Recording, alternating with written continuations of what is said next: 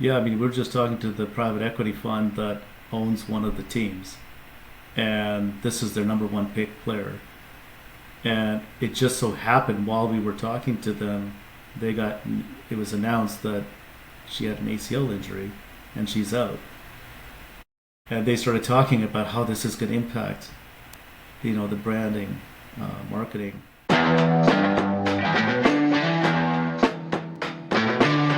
Hi, welcome back, Content Sports friends and followers. We have an exciting guest today, Mr. Sanj Singh, joining us. How's it going, Sanj? Doing well, Connor. Thanks for having me. Forward to it. And we have a new kind of realm we're going into today, and that is sports medicine, sports recovery. And Sanj is the co-founder, CEO of Temple Ortho Biologics, and they are getting into the sports medicine industry, you could say, with quite the market cap the sports medicine industry has, and they're doing a lot of cool, innovative stuff within the sports industry, and a lot of really to try to help the athletes in general with their injuries and whatnot. And so, uh, Sanj, how about you kind of start off? I want to start off with the kind of reframing sports medicine as we think about injuries going forward. When we see our favorite player go down, like a Patrick Mahomes with a knee injury, we think to ourselves, that's a 2-year injury. He's going to be out for a while. What does that kind of what's the sports medicine industry look like as far as from your side of the fence? This is an interesting subject matter because we're new to the sports asset class as an ecosystem, and we're bringing 13 years of R&D in the world of medicine, which when you enter the sports world, there's already a sports medicine Yeah. segment, which I'm not sure if your audience knows, but that market is, anywhere from 11 billion, and it's expected to grow to like 32 billion over the next 5 to 6 years. And when you think about it, every team has a medical team. They have physios, trainers, sports team physicians, right? If somebody gets injured on the field, they do a concussion protocol. And so it almost seems to me when we came into the industry, we're bringing in, research and development, patents, intellectual property that can be leveraged. And in our world, that is our currency, right? That is how we generate value, is in generating patents and ultimately products that help people in life. But when you think about sports and sports medicine and how teams, and we've had lots of conversations with teams on leagues and even investors, and it seems like they're looking at it as a cost center. Trainers, physios, surgeries. It's like a reaction function. Well, we'll fix the injury after it happens. It happens. And I mean, you're seeing some movement into the predictive analytics. Like I think the NFL is a good example with the digital athlete. I had a chance to sit down with Jennifer Langton, who is the former EVP of Health and Safety for the NFL. And they took on this idea, especially driven by concussions, but they now track everything, right? So, teamed up with AWS as the backroom storage. But if you think about what the NFL has done in tracking how every player and what happens on the playing field, think about all the technology that's gone in to make that happen. Some company like us has developed that to facilitate it and has been able to monetize that. So as much as it seems like a team expense and it's not a scalable industry, um, the the technology that's being developed for injury recovery performance is becoming more and more important. And I would argue that in the last 10 years, when sport has become, I think 76 Capital term, Wayne Kimmel, coined the term sport as an asset class. I don't think he gets enough credit for that. Everybody is kind of, but flattery is, imitation is the best form of flattery, right? So uh, now people are starting to think about injuries and especially the top athletes being present on the field, and then the ripple effect of that across viewership, media rights, branding, marketing, ticket revenue, and so forth. So, good example in women's sports is Caitlin Clark. When she was out, like ticket revenues dropped, ticket prices dropped, viewership dropped. And I think in women's sports, and especially the growth there, the women are actually more important to the growth of that industry. And the star athletes are critically important.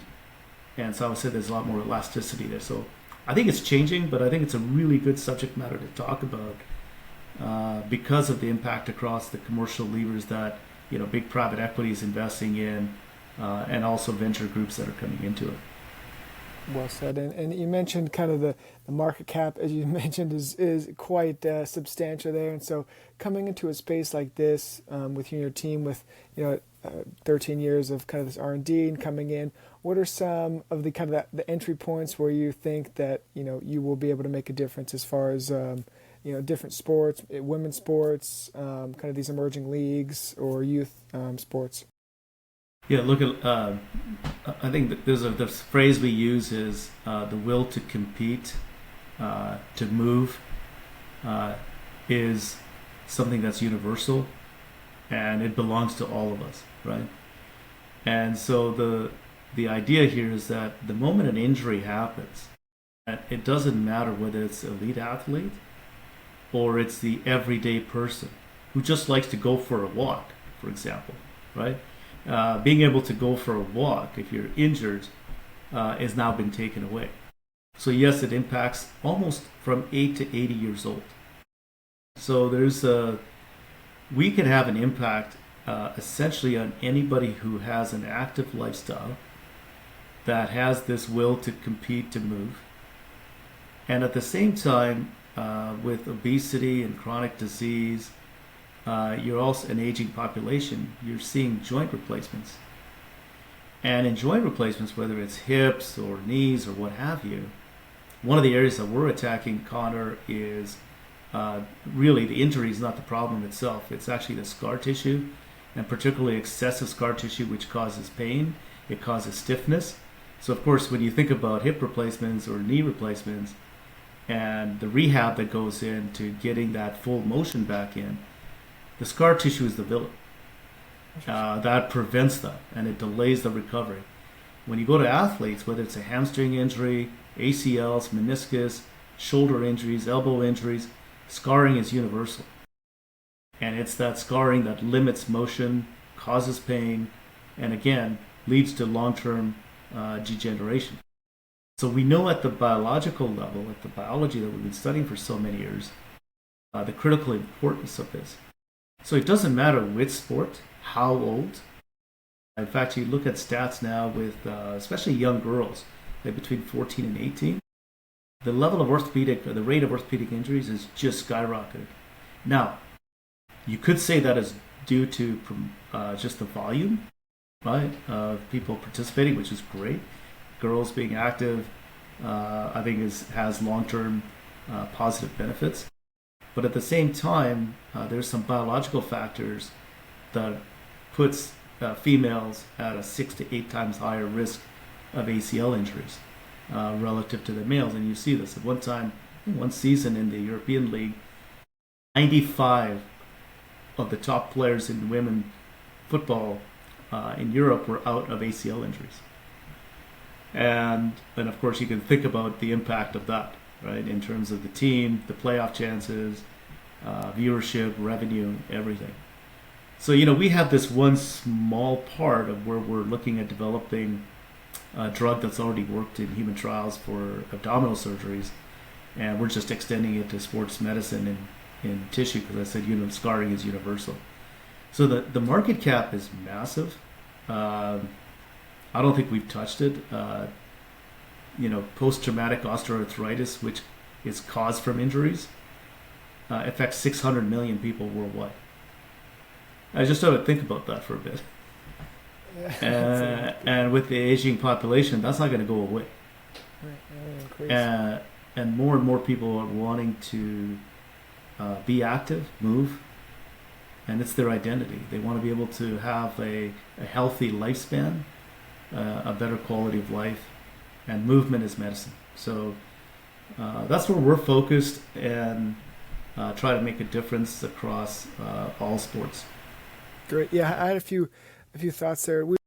I'm gonna first question and lead into a second one, but the first one Sure. was revolving around athlete injuries. You mentioned, I think it was before the call, that when you tear one of your ACLs, you have a 25% chance likelihood of tearing it again, or the other one. So the first questions revolve around those types of statistics with injuries. You mentioned just earlier we're seeing in women's sports increasing, but then also is that overuse? Is that more athletes playing sports? Where are we seeing kind of the differentiator, if any?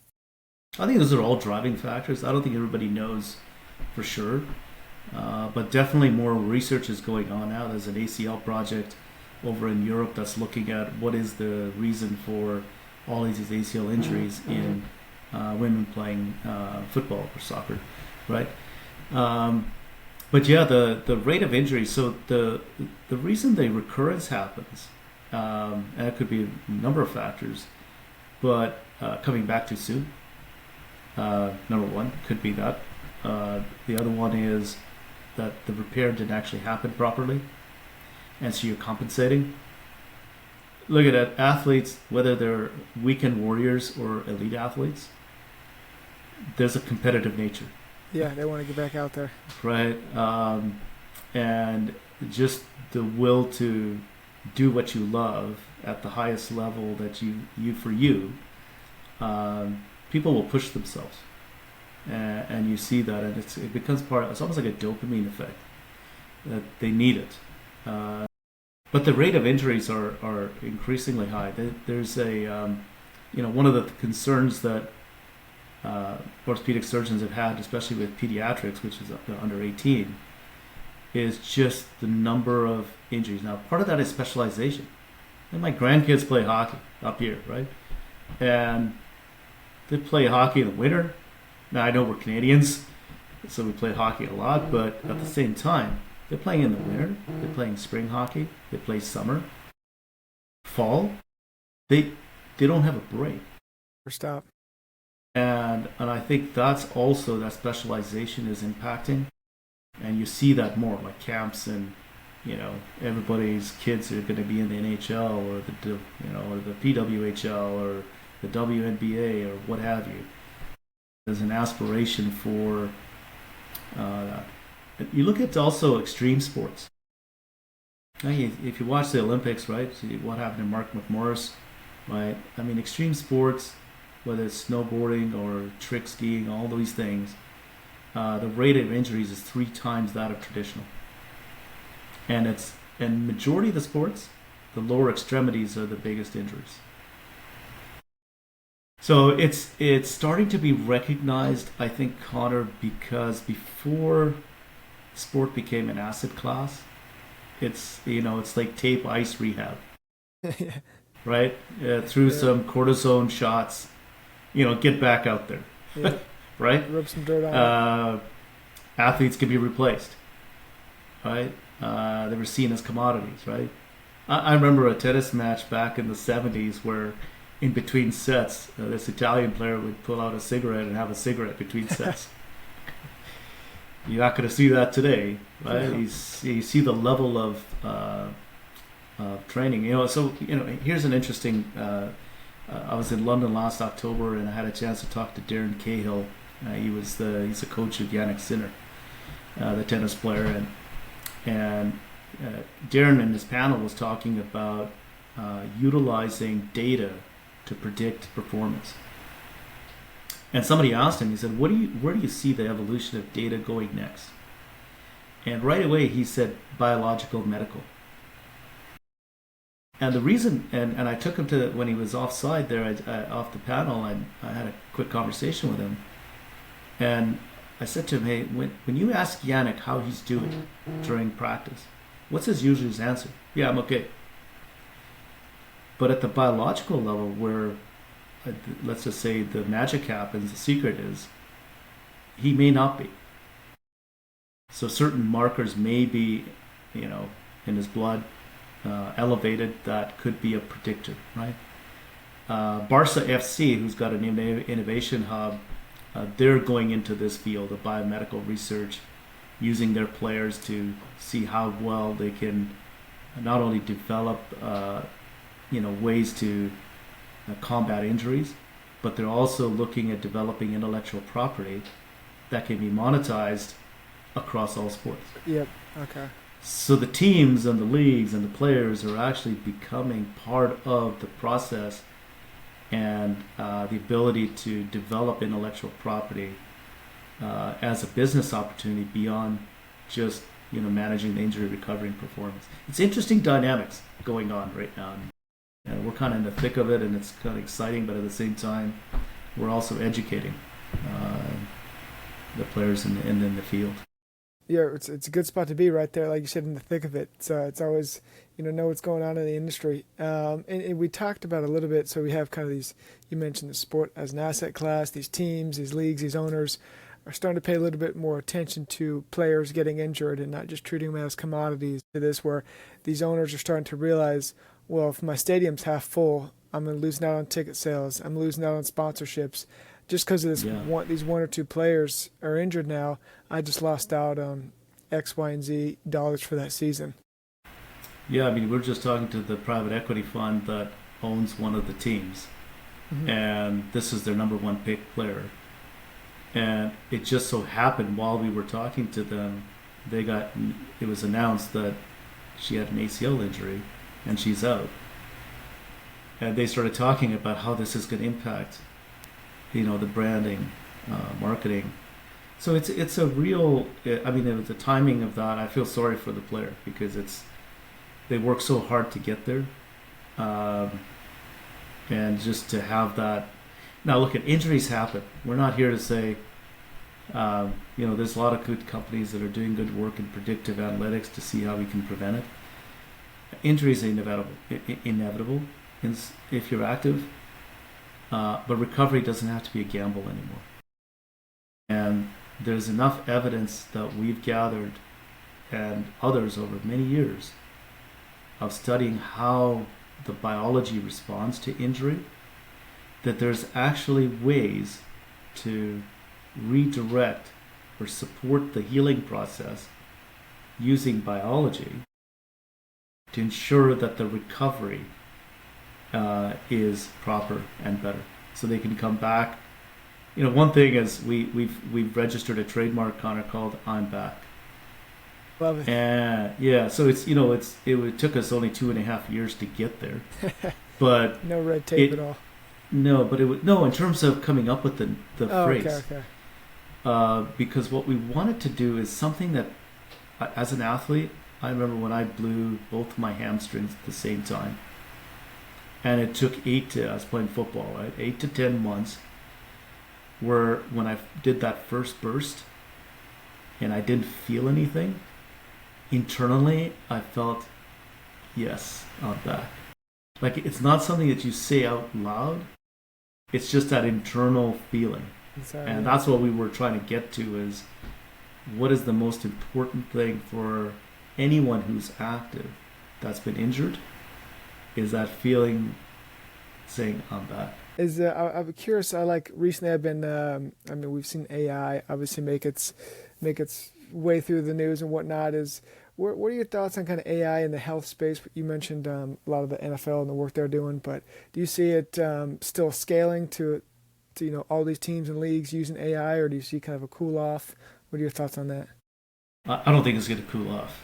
No, I think I'll take an approach that we're using, right? So everything we do is based on biology. Biology is very complex. So prior to this, in our field, we use a lot of bioinformatics. AI is just a tool that helps expedite and gets deeper into insights that we may not have uncovered.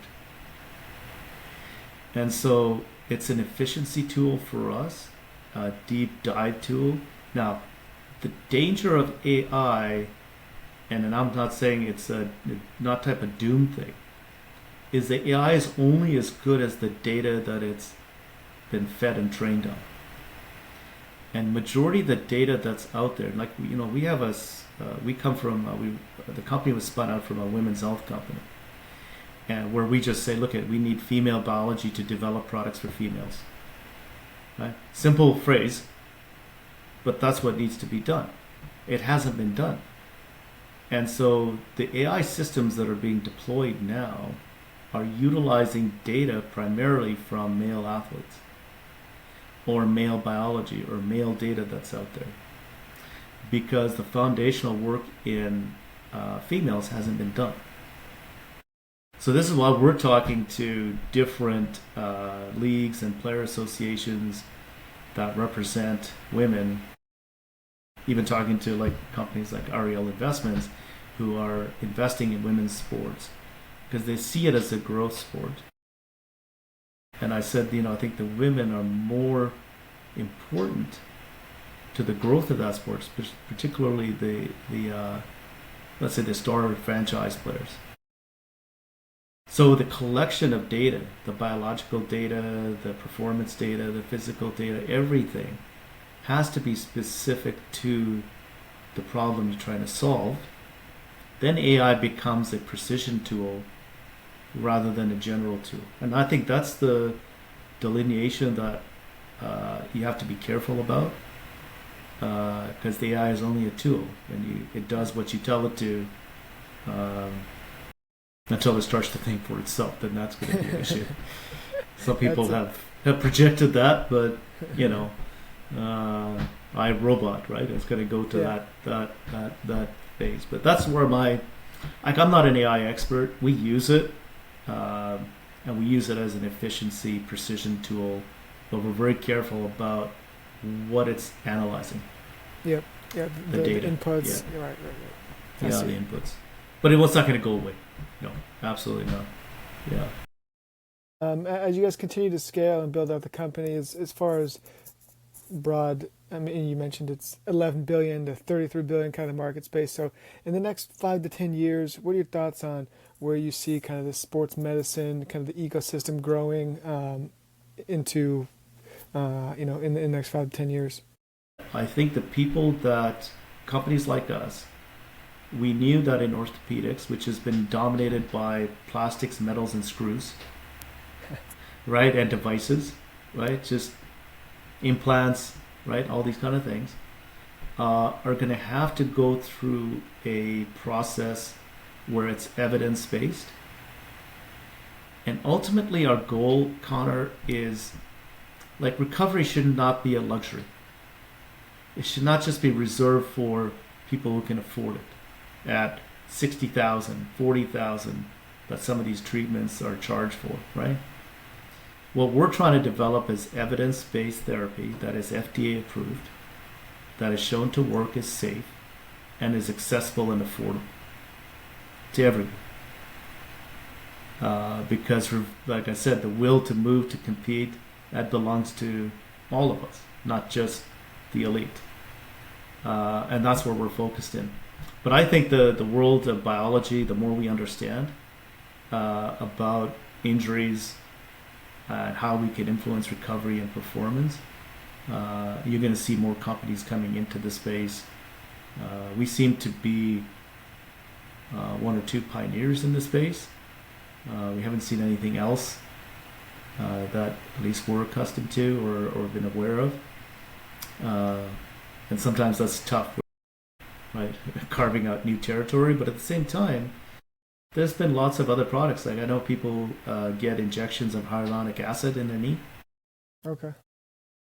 If you look at orthopedic literature, like in peer-reviewed publications, they'll say it doesn't work.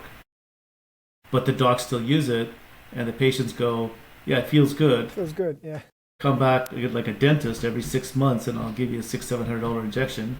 Jeez. But they make good money on it. But here's, if somebody actually looks into the science, there's a thing called half-life, like how long is it before the product, right? It has 3 days. No kidding. But the product's gone within 7 days. Okay, so it's not like it's gonna be there and it's designed as this cushion, because it's kind of viscous, jelly like. But it's a 600-700 million dollar business a year, Right. right? Unbelievable. So world, ballot, it's been working, but we're trying to take it up. We're trying to flip the script and take it to another level, and evidence based, which also means insurance will reimburse it. None of the therapies that I've just shared with you is reimbursable. It's all out of pocket. But if you got FDA approval and you've gone through the proper clinical trials, and we're going to do it in ACL first, that's kind of the model procedure, you get possible reimbursement because you've done the clinical work to show that it works, it's safe, and it makes a difference. They call it a minimal clinical improvement difference, MCID. How did you make this person's life better? Did they move better? Did they feel better? And if that's the case, then you get reimbursed. I think that's what's going to help grow the industry, if people approach it that way. Yeah, I was going to ask, is it kind of the ACL, the MCL? But you answered it there. With the ACL is kind of what you're focusing on. Any injury, hamstrings to shoulder injuries to women. I'll give you some facts about orthopedics and sports medicine. 70% of joint replacements are done in women. Women have more issues with frozen shoulders, primarily due to hormones, menopause, and of course the ACL injuries are more common. Yeah, it impacts women disproportionately. Doesn't mean it doesn't impact men, but it's a huge market. The whole space of joint preservation, regenerative medicine, human performance optimization. These are the words that are coming into the space now, right? Yeah. And I'll add one thing for elite athletes. They have another, especially for tested athletes. So if anybody's listening here who's tested, there are certain compounds, even we just say protocols, like let's say vitamin loading in between competitions, is not allowed under WADA, which is the World Anti-Doping Agency, and there's a global DRO, which is banned substance requirements. So developing a product that also meets, for elite athletes, the WADA and the global DRO substance requirements is also important, and our compound does. It meets those, so they could use it. It's we'll have to get, let's just say, appropriate, but it seems to meet those requirements at the present. It's not on the list. Doesn't mean they don't put it on there afterwards, but we don't see that based on what their criteria is. Yeah. Okay, I was going to ask, kind of as you guys continue to grow and expand, but sounds like that's all getting taken care of as far as the athletes. They don't want to get flagged for PEDs, under those guidelines. So that's obviously a huge aspect there. But then as far as your kind of journey being the CEO and one of the co-founders and going into kind of building a business, what have been some of the, as you came on board here, what was that, 2016, I think I saw? Is that when this kind of came to be, or was it before that? No, so the parent company, Temple Therapeutics, the women's health company, was established 2016. Okay. This company, we launched it in 2024. 24. Yeah. It was officially incorporated in August. And then we kind of went through the setup process for the rest of the year in 2024. And then, we incorporated in Belgium, Connor. And you can tell by my accent, I'm not Belgian.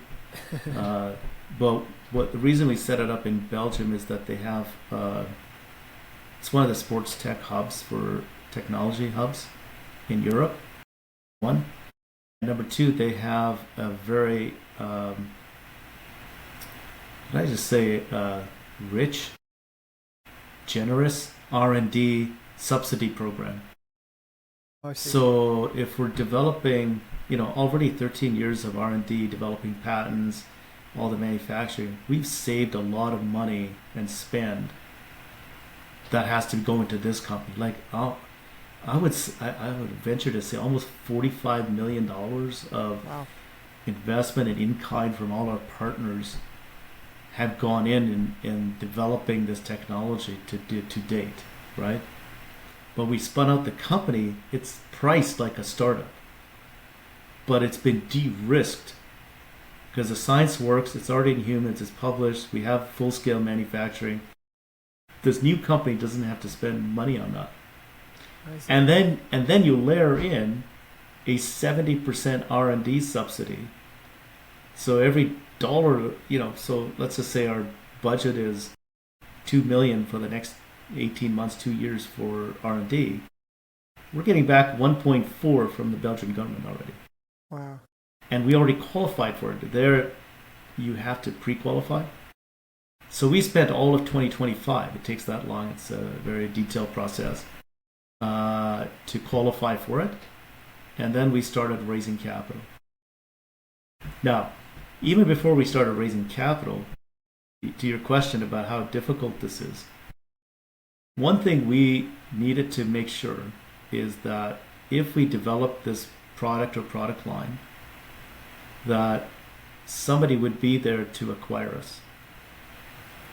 So we have the medtech companies, pharma companies that are in sports medicine, and they're looking for next generation biology.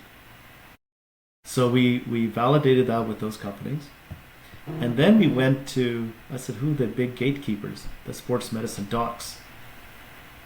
So you needed to get them on board.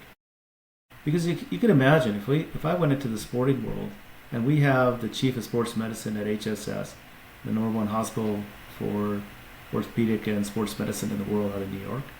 He's a co-investor, co-founder, because he likes the technology. He likes the technology because 13 years of work went into it. Because it's working, yeah. If we had come to him with just an idea, he goes, "Get the hell out of my office." Yeah. That's. And then you look at our team. Something when we talk to investors now, we say, "Look at this is not a startup. There's a lot of work has gone in, and when you look at the team, imagine if this team wasn't here. All the people that we've been able to attract is because of the work that went on ahead. They wouldn't be putting their name on this or being associated with it if it was just a concept, right? So putting that team together, and we benefited from all that years of work. It didn't happen overnight, right? And now we're going into the venture world, and particularly in sports, because we thought, okay, those who are investing in the sports ecosystem are going to recognize the importance of injuries, recovery, and performance. And we kind of ran into something different, which is a challenge. They like everything that we're doing, but it's their unfamiliarity with medicine. I see. Because they're just in the sports. Yeah, they're thinking more media rights, fantasy, their experience, or fan Fan engagement, Yep. like this type of thing. Yet the real value, if you think about the numbers, like I said, 600. Look at there's 300 million pickleball players, right? Alone. I mean that's and they all get injured. Believe me, I see them, Yeah. right? They want to keep playing. Yeah. So there's a massive opportunity there, and that's the hurdle that we've been trying to battle, and why I put that comment on one of your posts about where's the money going in sports. And this space, people are missing out because there isn't too many companies, like in pharma and biotech. You could have two people with a patent and some data be taken out for $500 million. Okay, a drug in our space, even before it even hits human trials, the average acquisition price range is anywhere from 56 million to 120 million. Even while we're playing with animals. Okay? Once it gets into human, it jumps to 400 to 700. And that's not even approved yet. When it gets to later stage trials, like the last trial that we have to run before approval, you're looking at 800 million to 1.7 to 2.2 billion, sorry. And when it gets approval, it's about 2.5 billion. Okay, so intellectual property, patents, data, that's our currency. And the total development cost, we think, for our drug from beginning to end, because of the subsidies and the work done previously 13 years, is around 20 to 22 million over the next 5 years. And then you look at the exit potential. So it's about 32 times, if you do an IRR, it's about 75% annualized return. And the other thing is you don't have to wait for the company exit. So we tell shareholders now, listen, we can exit at any time. If somebody comes to us and says, I like the data, I want to buy you now. Yeah, even though product's not on the market, they'll take it over. The data, yeah. Yeah, it's IP data. Data. Our IP runs until expires in 2044. Oh wow. Okay. So yeah. So if we get on the market, even the drug gets on the market at 2030, 2031, you have 14 years of monopoly. You got that runway, yep. And we also control the manufacturing. So we'll never give that up. So even if the patent runs out, it's going to be difficult for somebody else to manufacture this drug. Mm-hmm. Because there's some proprietary stuff to it. So you can see that the scarcity in our industry is determined by patent exclusivity and know-how. It's not easily imitated. It's very rare, and there's a lot of entry barriers for anybody to come in. Whereas, if you're in gaming or fanning, the entry barriers are a bit lower. It's all branding, marketing, how fast can you scale. Us, we kind of just sit back and let the data generate, and each time we accomplish a milestone, the value jumps are incredible. Wow. So yeah, I knew that the market was big and the market cap for it, but as you've been rattling off some of these numbers, it's staggering. Yeah, I think it shocks some people. I'll tell you one other figure that shocks people on injuries. There's and I would ask people to look this up. I'm giving a plug for Howden Insurance. I don't have any shares in Howden. I don't use Howden, so there's no. But Howden Insurance tracks injury rate costs for the top tier football teams in Europe. If you look at the report, it's if you translate it from euros, it's around 1.1 billion a year. Yeah, and that's just European tier 1, the top leagues in European soccer. That's one league, and that's and they track it. So it's a massive problem. And then think about the insurance companies that underwrite all this, the risk, right? And the teams that suffer. Tottenham Hotspur, again, good example. 16 injuries this year up to there. Right? Usually I say that the injuries happen to the starting lineup, not to the bench. But here it went deeper. The bench. I think they were one game away. If they had not tied it, they would have been on the risk of being demoted off the Premier League. Their billion-dollar stadium was half empty because they're not doing well. Ticket sales, so it does. Yeah, there's a ripple effect, right? Like how many people walk through the gates. So yeah, the athletes are becoming the center of. I think it was Danny Townsend at Surge Investments, a big private equity. He said, "The health and well-being of players is tied to every commercial lever we invest in." And I thought it was a pretty profound statement. I went, "Yeah, you're right." I think there's been enough examples. Mahomes. I mean, that's You go on. NFL, right? Yeah. Look at the run of the New York Knicks a few years ago, and they lost out, right? I think it was to Cleveland, Yeah. Two or something. right? And the coach got fired. Do you recall what the reason was? They didn't win. I don't remember. Well, yeah, they didn't win. He was overplaying his players. They were Really? so and leading to injury rates. Yeah. Ah. So, and that's a concern also in the.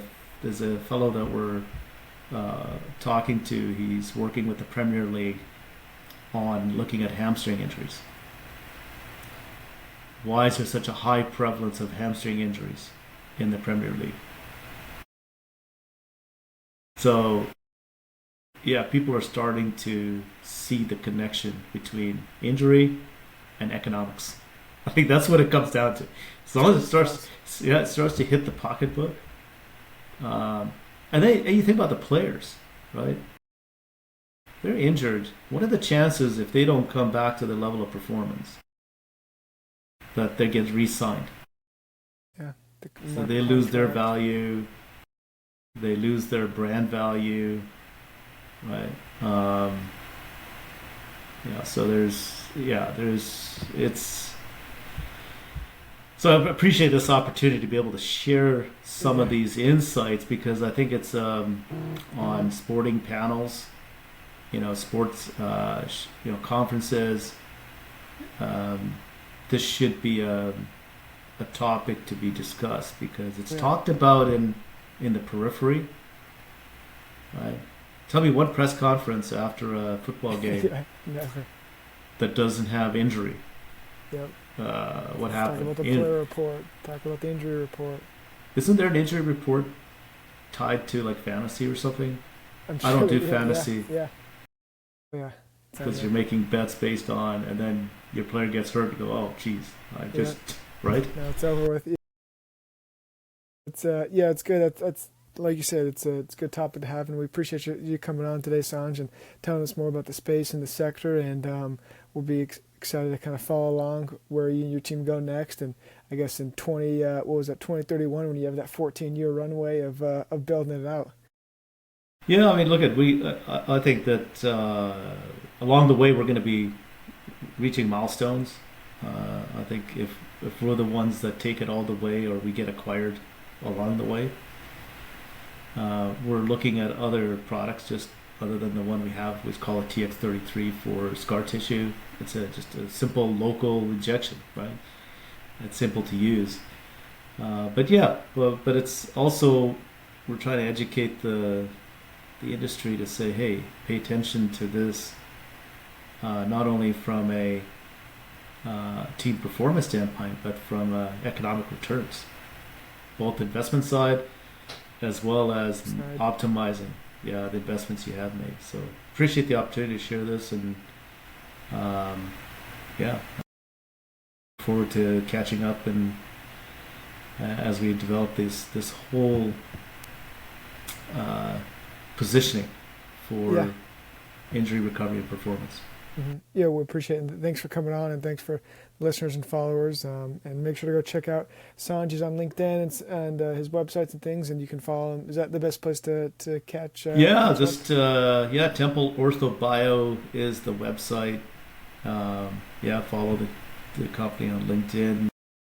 Where we try to, like I said, we're writing a white paper on this whole business of sports and injury recovery performance. That watch for that. It's going to be evidence based again as well. So when that comes out, maybe we can share that on your Yep. podcast again Sure. and see what people think about it. Yeah. Yeah, for sure. Well, thanks again, Sanj, and we'll, like I said, thanks for coming on. We're excited to follow along, and Constant Sports podcast listeners and viewers, we'll see you guys next week.